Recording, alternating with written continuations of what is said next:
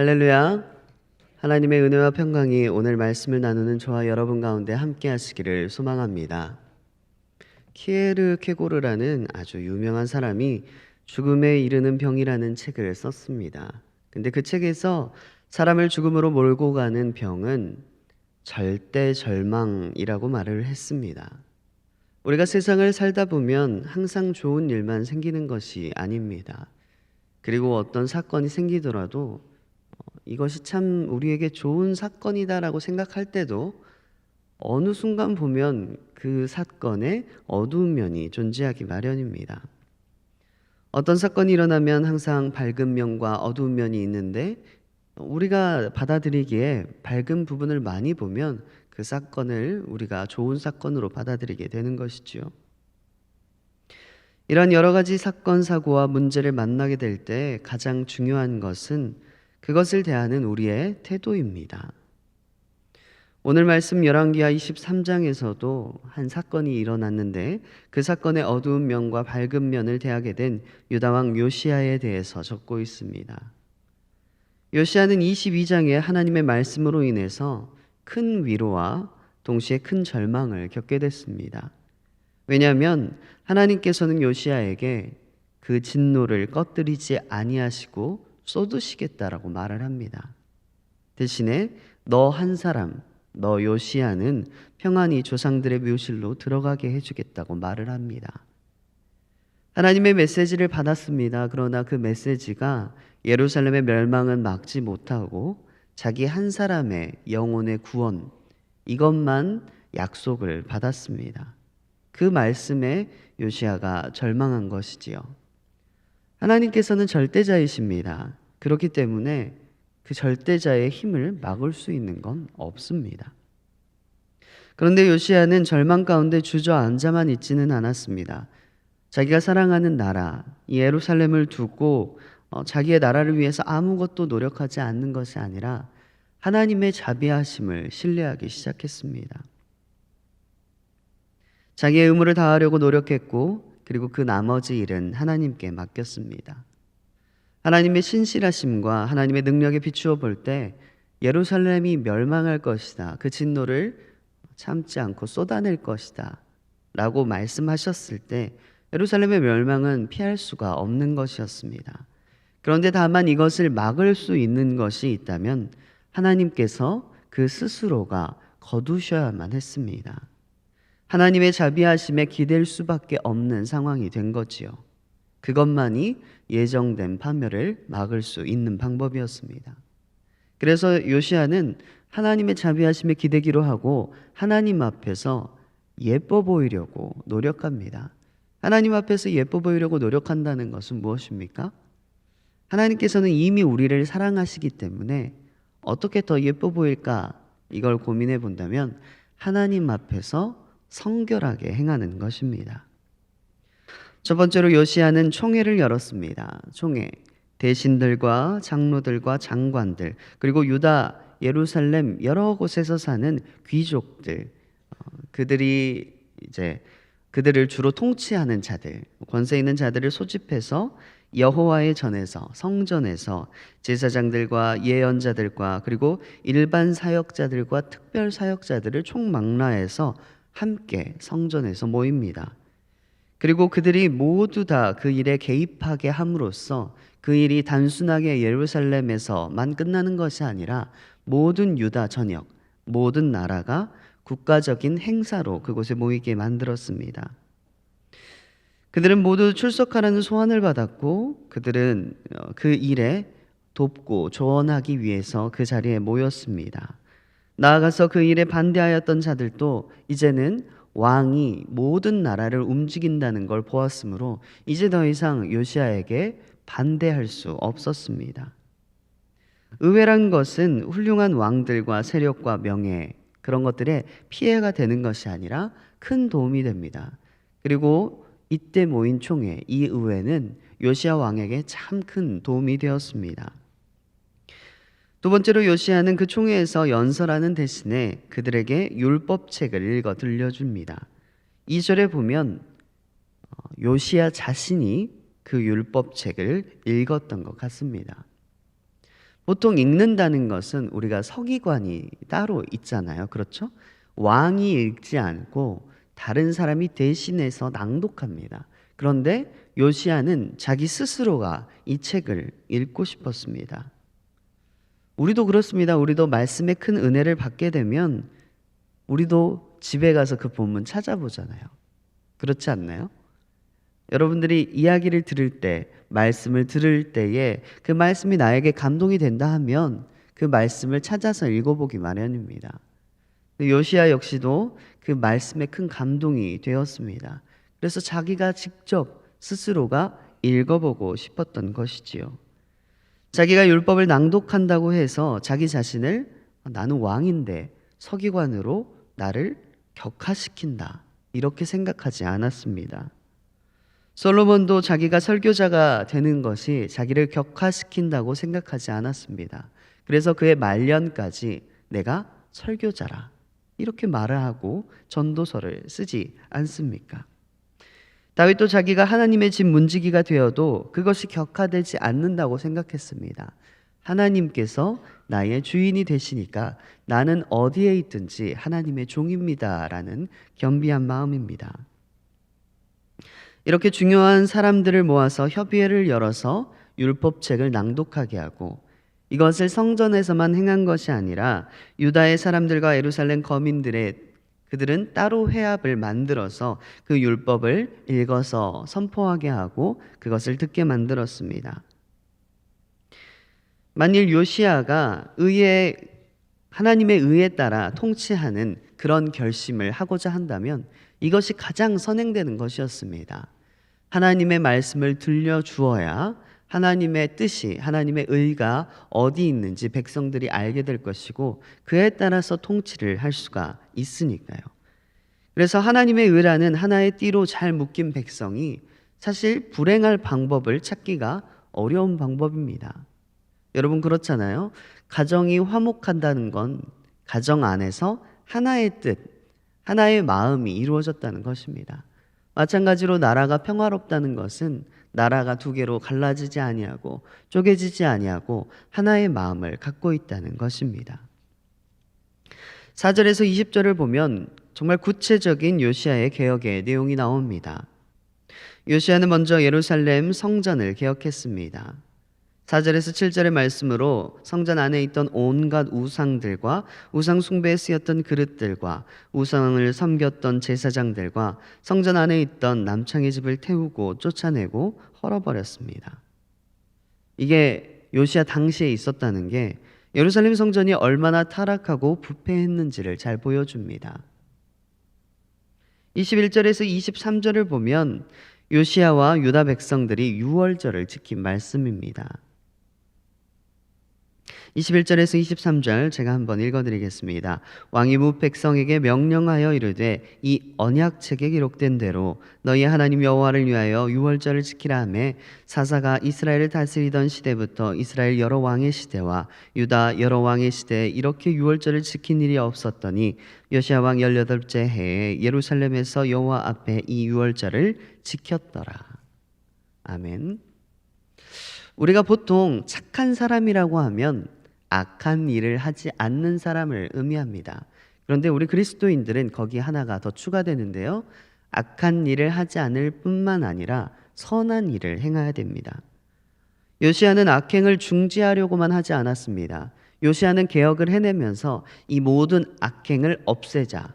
거기에 무엇을 더하냐면 하나님의 말씀, 이 율법책의 명령을 지키자. 곧 선한 일을 하자라고 말을 합니다.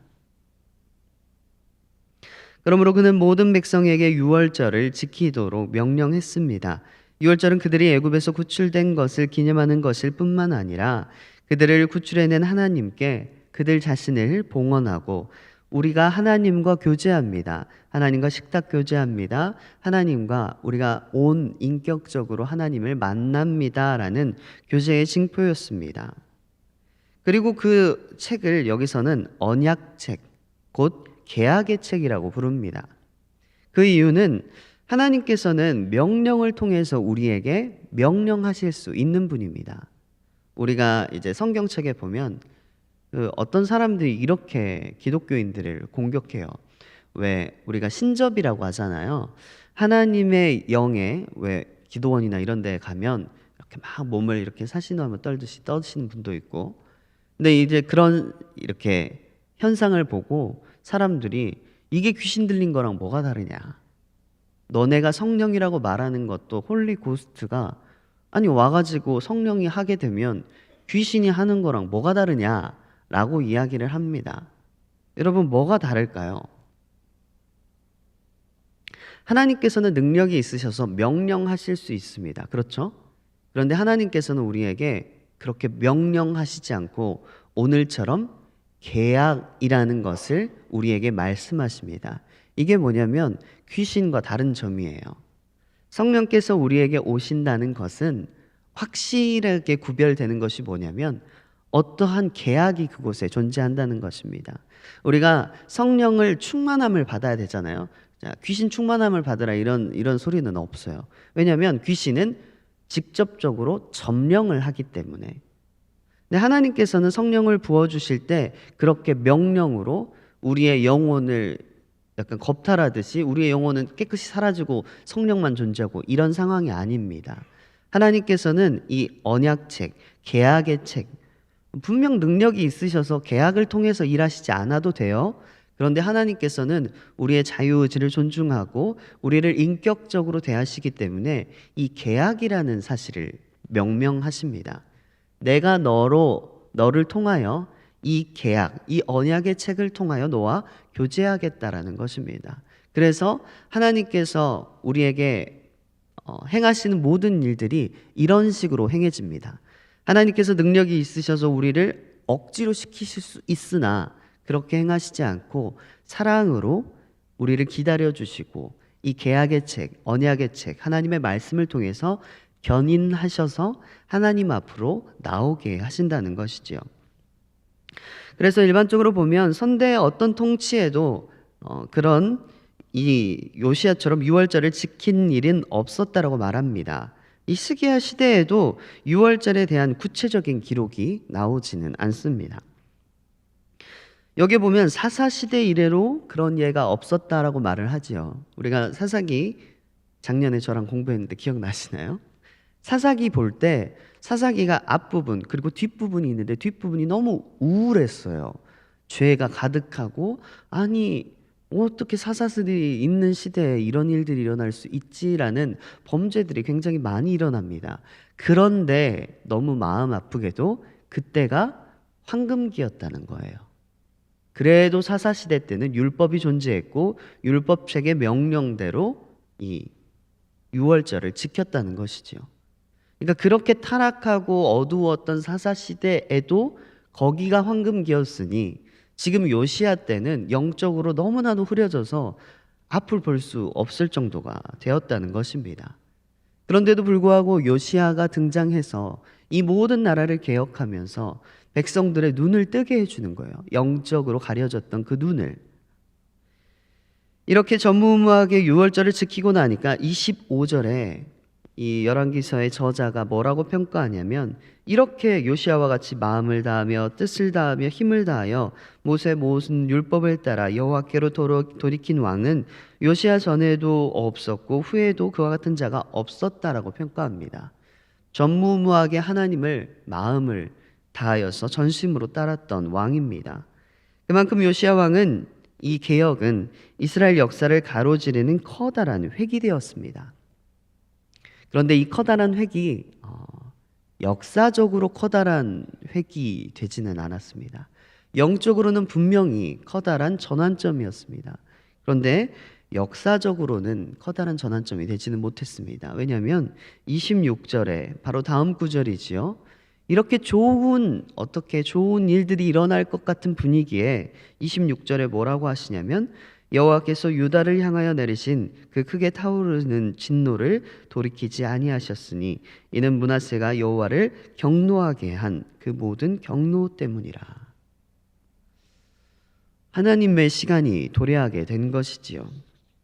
요시야는 이 사실을 모르고 있었던 것이 아닙니다. 그렇죠? 요시야는 개혁을 시작하기 전부터 하나님의 때가 도래했다는 사실을 알고 있었습니다. 그런데도 그는 최선을 다해서 하나님의 말씀을 전하고 이 나라가 그리고 이 백성이 하나님 앞에서 경건해지기를 원했습니다. 그래서 실제로 요시야 때에는 심판이 유보됩니다. 그리고 요시야 때 심판이 유보되게 되면서 백성들 중에서 진정으로 참으로 회개하는 자들이 많이 일어났겠지요. 그래서 요시야만 왕들의 묘지에 평안이 들어가게 된 것이 아니라 요시야가 그렇게 힘쓰고 애쓰고 노력했기 때문에 그 백성들 중에서도 하나님의 구원을 입는 자들이 일어났습니다.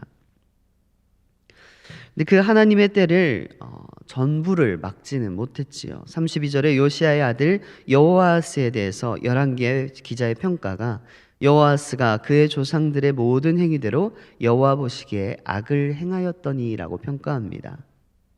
결국 유다 왕국은 여호아스 이후에 돌이킬 수 없는 쇠락의 길로 접어들고 말았습니다.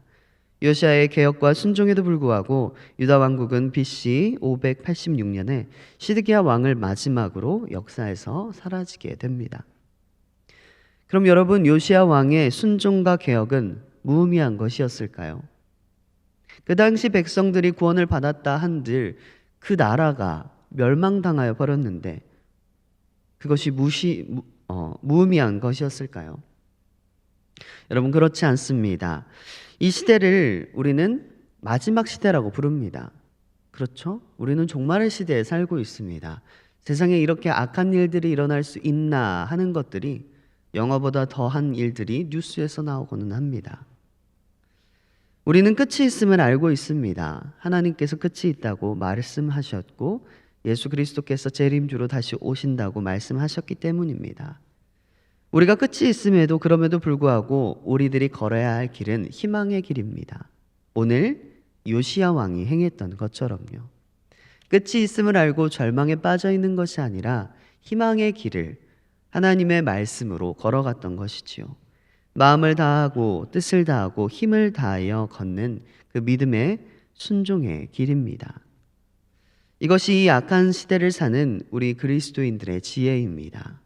오늘 여러분들 모두가 하나님으로부터 오는 그 지혜로 믿음과 순종의 길을 걸으셔서 하나님의 은혜를 누리시는 여러분 되시기를 축복합니다.